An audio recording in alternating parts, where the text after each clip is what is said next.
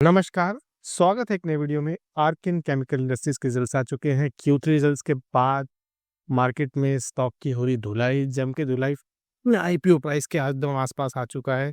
देखते हैं कंपनी में क्या हो रहा है, क्या अपडेट्स हैं, क्या रिजल्ट है। चलिए शुरू करते हैं।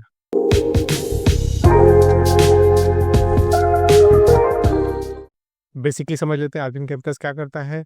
ब्रोमीन मर्चेंट है, ये ब्रोमीन बनाता है और ब्रोमीन से इनकी काफ़ी अच्छी अर्निंग है। और एक वर्ल्ड में एक लार्जेस्ट मैन्युफैक्चरर है। देखिए, सारा ब्रोमीन जो है एक्सपोर्ट करते हैं। इंडस्ट्रीज और तो पूरा का पूरा एक्सपोर्ट करते हैं। जो सल्फेट ऑफ पोटाश, इसको एसओपी अगर आप कंपनी मैनेजमेंट सुनेंगे, अर्निंग कॉल देखेंगे, उसमें एसओपी बोलते हैं। सल्फेट ऑफ पोटाश है, बहुत अभी अर्निंग स्टेज पे है। टोटल अर्निंग में मुश्किल से 1% भी 2% भी कंट्रीब्यूट अभी नहीं करता है, तो बहुत अर्ली स्टेजेस में हो। आप ये जानना क्या करते हैं, स्पेशलिटी मरीन केमिकल्स बनाते हैं। स्ट्रॉन्ग क्लाइंटेल है, एक्सपोर्ट से भी बिजनेस है, लोकल डोमेस्टिक बिजनेस भी है। तो चलिए कंपनी के और डिटेल्स देखते हैं। देखिए, प्रॉफिट एंड लॉस स्टेटमेंट देख लेते हैं। सबसे राइट में जो आपको दिख रहा है, ये हमको करंट क्वार्टर दिख रहा है। ये आपको दिख रहा है आपको लास्ट ईयर का क्वार्टर। और ये है हमारा प्रीवियस क्वार्टर। जब हमको Q1Q देखना होगा तो हम उसको थर्ड कॉलम से कंपेयर करेंगे, और ईयर ऑन ईयर देखना होगा तो हम उसको कंपेयर करेंगे सेकेंड कॉलम से। तो अगर आप ईयर ऑन ईयर देखोगे तो सेल्स आधी के करीब हो चुकी है, काफ़ी इसमें सेल्स में डिक्लाइन है। अगर आप क्वार्टर देखोगे Q2 से Q5 में, यहाँ से आप यहाँ पर देखोगे तो आपको मार्जिनल आपको गेन दिखाई देखने को मिलेगा, बहुत सिग्निफिकेंट नहीं है। अगर आप EBITDA देखोगे, year on year significant decline है यहाँ पर। अगर आप क्वार्टर देखोगे तो हल्की सी यहाँ पे गेन आपको जो देखने को मिल रहा है। सेम कहानी EBITDA में भी है। एक्सेप्शनल आइटम पिछली बार था, इस बार कोई एक्सेप्शनल आइटम नहीं है। लेकिन आप प्रॉफिट आफ्टर टैक्स में देखोगे ना, इसी वजह से इनको क्वार्टर देखोगे तो वहाँ जरूर बढ़ता हुआ दिख रहा है, लेकिन ईयर ऑन ईयर पॉइंट ये है कि काफ़ी डिक्लाइन है। ऐसा क्या है कंपनी के सेल्स में कि इतना डिक्लाइन हो रहा है, आगे चल के देखते हैं। कंपनी की मैंने अर्निंग कॉल सुनी, उसमें बहुत ज़्यादा वॉल्यूम और सेल्स को लेके था। देखिए, एक्सपोर्ट से 76% आता है, डोमेस्टिक से आता है 24%। ब्रोमीन ये 38% है, और इसमें इन्होंने अपटिक देखा है इसी क्वार्टर में। और ये एक्सपेक्ट कर रहे हैं कि नेक्स्ट क्वार्टर यानी कि Q4 में ये एक्सपेक्ट कर रहे हैं कि इनका एक्सपोर्ट ब्रोमीन का और वॉल्यूम सेल्स दोनों इंक्रीज होगा। तो जो ब्रोमीन की परफॉर्मेंस है वो इंक्रीज होगी। और हमको याद रखना, ब्रोमीन से सिर्फ 38% कॉन्ट्रीब्यूशन आता है, इंडस्ट्रियल सॉल्ट से 61% आता है। कल देखोगे कि एसओपी जो हमने देख रहे थे, उसकी वॉल्यूम भी नेग्लिजिबल है, और बहुत ज़्यादा अभी उसका कंट्रीब्यूशन है भी नहीं जो हम उसको एक्सप्लिसिटली यहाँ पे मेंशन करें। लेकिन अगेन हमको याद रखना है कि कंपनी कॉन्फिडेंट है ब्रोमीन को लेकर, और ब्रोमीन के साथ इन्होंने आगे डील भी की है, उसको भी देखेंगे। यहाँ पे आर्किन केमिकल्स का क्या इशू है कि ये एक इंपॉर्टेंट पॉइंट पे खड़े हैं। कई बार आपने सुना होगा, कंपनी स्टार्ट होती कहीं से कहीं चली जाती है, जैसे पिवट कर जाती है। जैसे अगर आपको सैमसंग याद हो, वो एग्रोकेमिकल चावल से शुरू हुई थी और लोकल से शुरू हुई थी। विप्रो आप देखो तो वो ऑयल से शुरू हुआ था। इसी तरह कंपनी पिवट करती है, तो हो सकता है कंपनी के लिए पिवट पॉइंट हो, यहाँ से कंपनी कुछ पिवट करे। ब्रोमीन से शुरू की थी, इंडस्ट्रियल सॉल्ट बनाते थे, फिर ब्रोमीन के डेरिवेटिव आने लगे, स्पेशलिटी मड केमिकल्स आने लगे। आगे चल के ये सिलिकॉन कार्बाइड और पावर डिवाइसेस में आएंगे, जिसके लिए इन्होंने पोजीशन की है। और फिर एनर्जी स्टोरेज सॉल्यूशंस, जिसमें करंट ब्रोमीन का यूज होगा, इन्होंने ये भी किया है। तो ये नेक्स्ट फेज ऑफ ग्रोथ में है, तो देखना होगा, क्योंकि नेक्स्ट फेज ऑफ ग्रोथ के लिए आपको कैपेक्स करना पड़ता है। फिलहाल कंपनी ने बोला कि जितना कैपेक्स था किया है, नेक्स्ट फ्यू क्वार्टर्स में कैपेक्स नहीं देख रहे हैं, सिवाय जो एक्विजिशन किया उसके लिए, उसको भी हम देखेंगे। लेकिन आगे इनकी इंडस्ट्री में, इनके बिजनेस में चेंज आ रहा है। अगर करंट स्पेशलिटी केमिकल्स से नहीं मिला है इतना सपोर्ट, परेशानी हो सकती है। शायद मार्केट को इसी का अ, एक इश्यू है, इसीलिए इसकी वेटिंग हो रही है। पर देखते हैं कि कंपनी ने क्या एक्विजिशन की है, किस तरह से वो प्ले कर रहे हैं। तो 2 एक्विजिशन किए हैं इन्होंने। अगर आप फर्स्ट एक्विजिशन देखें तो वो है क्लासिक वेफर का। अगर क्लासिक वेफर देखोगे तो ये एक यूके बेस्ड कंपनी है, और वहाँ पे ये सेमीकंडक्टर्स की टेक्नोलॉजी बनाती है। इनके पास नो हाउ है टेक्नोलॉजी का, इनके पार्टनर की तरह काम करेंगे। इसमें इन्होंने एक्विजिशन की है, जिसमें 10 मिलियन ग्रेट ब्रिटेन पाउंड है, और ये फर्दर एक्विजिशन करेंगे आगे चल के। ये और भी इसको टर्म्स में इसको करेंगे। मॉसफेट टेक्नोलॉजी बनाती है। देखिए क्या करती है क्लासिक वेफर्स, सिलिकॉन चिप्स बनाने के बिजनेस में है, वेफर्स बनाने के जिसमें है वो, और वो किस इंडस्ट्री को कैटर करेगी ये भी देखने के लिए जरूरी है। उन्होंने उनकी एक सब्सिडरी है जिसको वो सिस्कैन कहते हैं, उसके थ्रू वो इन्वेस्टमेंट करेंगे। उड़ीसा में इन्होंने शुरू भी कर दिया है। किस तरह की पॉलिसी होगी ये भी डिपेंड करेगा। इन्होंने अपनी प्रेजेंटेशन में भी दिया है। तो सिस्कैन के थ्रू ये 3000 करोड़ का इन्वेस्टमेंट करेगा। याद रखिए, 3000 करोड़ छोटा अमाउंट नहीं होता है, बड़ा अमाउंट होता है। 3000 करोड़ एक उस कंपनी के लिए जिस इस कंपनी का करंट मार्केट कैप भी इतना नहीं है। तो अगर आप इसका मार्केट कैप देखोगे तो आई थिंक ये 2400 या 2800 करोड़ पर होगा। तो जो करंट इन्वेस्टमेंट है उससे कम इसका मार्केट कैप है। कंपनी की बोरोइंग्स अगर आप देखोगे वो भी इतनी नहीं है, जो इनके पास कैश रिजर्व है वो भी इतना नहीं है।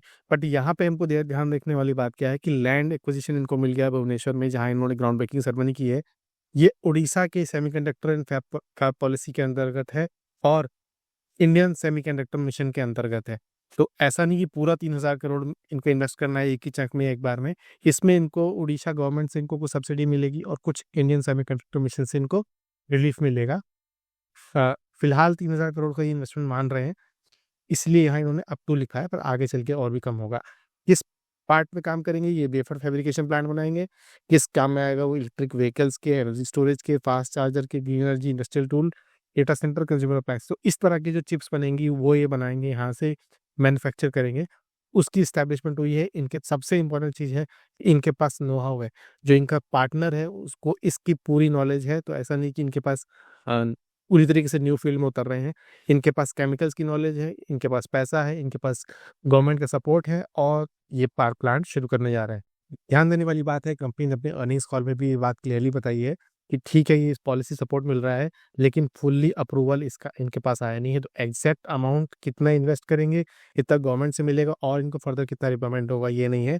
लेकिन ये फिलहाल इन्वेस्टमेंट करेंगे कैपेक्स के अकॉर्डिंगली। ये सिर्फ इन्वेस्ट करेंगे कि जो भी कॉन्क्रीट वर्क होगा, जो भी ग्राउंड लेआउट, मशीन वगैरह का जो पैसा होगा उसमें ये स्पेंडिंग करेंगे।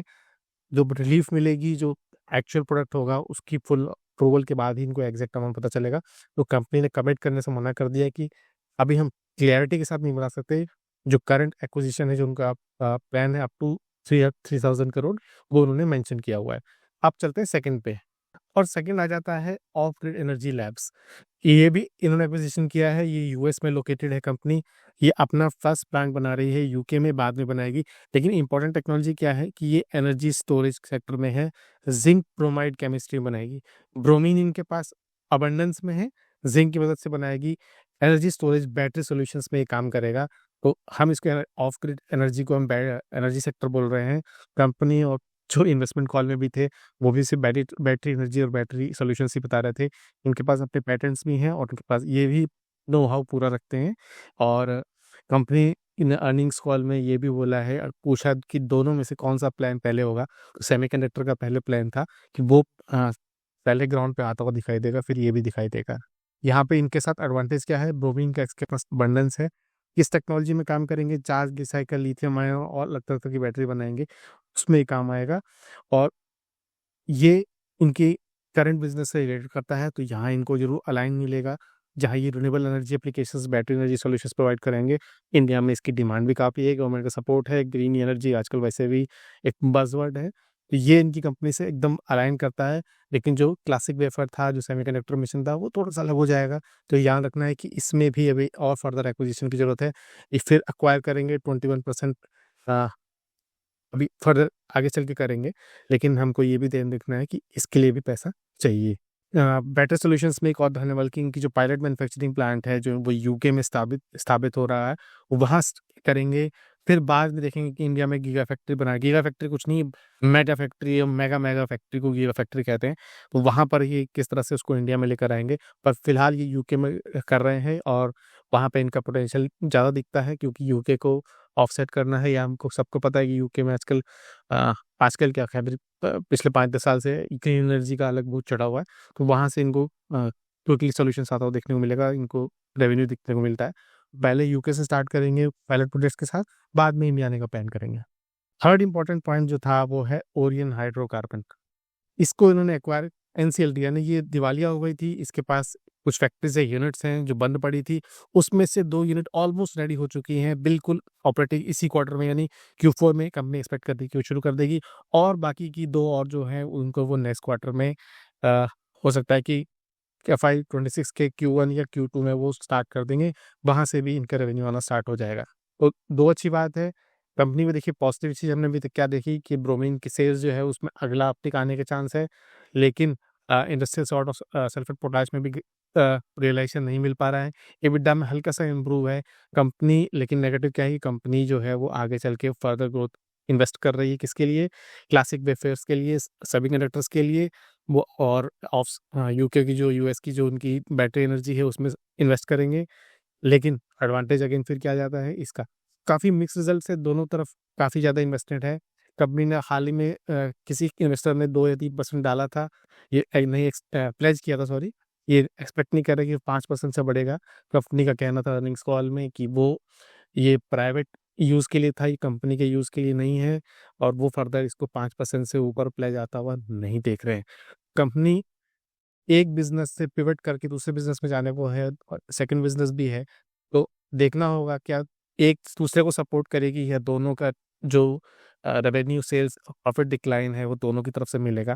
कंपनी के लिए काफ़ी क्रूशियल पॉइंट है, या तो ये बहुत अच्छी बनेगी या तो इसको कोई ना कोई अपना बिज़नेस स्केल डाउन करना पड़ेगा। तो देखते हैं आगे चल के क्या होगा।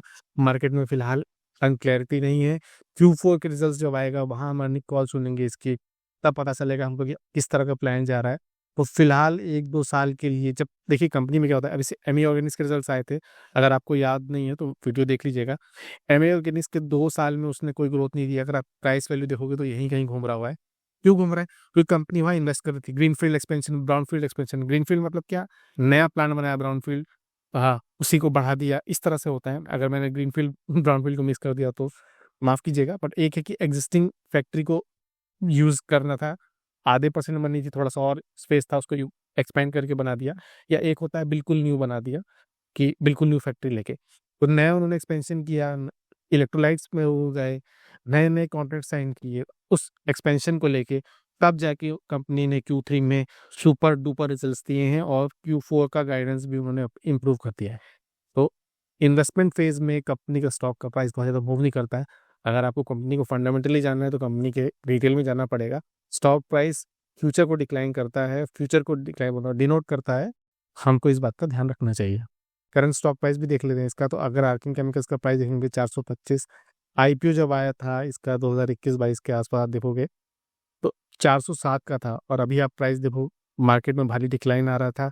करंट चार्ट में आपको दिखा नहीं सकता ट्रेडिंग व्यू वगैरह का, बट बहुत ही ज़्यादा सेलिंग आई है इसमें, मार्केट में ये प्रेशर में है काफ़ी ज़्यादा। तो जब तक रिजल्ट अच्छा नहीं आएगा, होगा नहीं। अब इसकी बैलेंस शीट में चलते हैं। बैलेंस शीट देखना क्यों ज़रूरी है? क्योंकि इनके पास एसेट जो है वो इतने नहीं है 3000 करोड़ के, इनको कहीं से कहीं करनी पड़ेगी, और हाल ही में इन्होंने क्यूआईपी भी किया था। तो अब देखना पड़ेगा कि कहाँ से पैसा लाते हैं, कौन से इन्वेस्टमेंट लेकर आते हैं कि उसको बढ़ाएँगे। इन्वेस्टर्स में चलेंगे तो आप प्रोमोटर्स वहीं बने हुए हैं। एफआईज़ ने हल्का-सा पोज़ीशन ज़रूर बढ़ाया है, डीआईज़ ने अपना पोज़ीशन हल्का-सा ज़रूर बढ़ाया है। पब्लिक घबरा के हट रही है, लेकिन अभी भी इसके नंबर ऑफ टोटल जो शेयर होल्डर्स हैं वो कम ही है। तो ग्रोथ इसमें है, लेकिन अगर ग्रोथ कर पाए तो।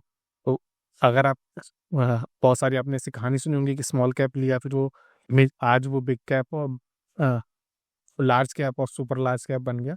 उस तरह से कंपनी को देखना चलता है। तो चलिए चार्ट में देखते हैं। चार्ट हम 3 महीना पुराना देख रहे हैं। ये अक्टूबर का ही है, इसके आगे हम दिखा नहीं सकते। सेबी की गाइडलाइन है कि 3 महीना पुराना चार्ट दिखाना है, तो फिलहाल बहुत नीचे है इस प्राइस से, बट हमने कुछ लेवल ड्रॉ कर रखे थे, वहाँ हम इसको देख रहे थे।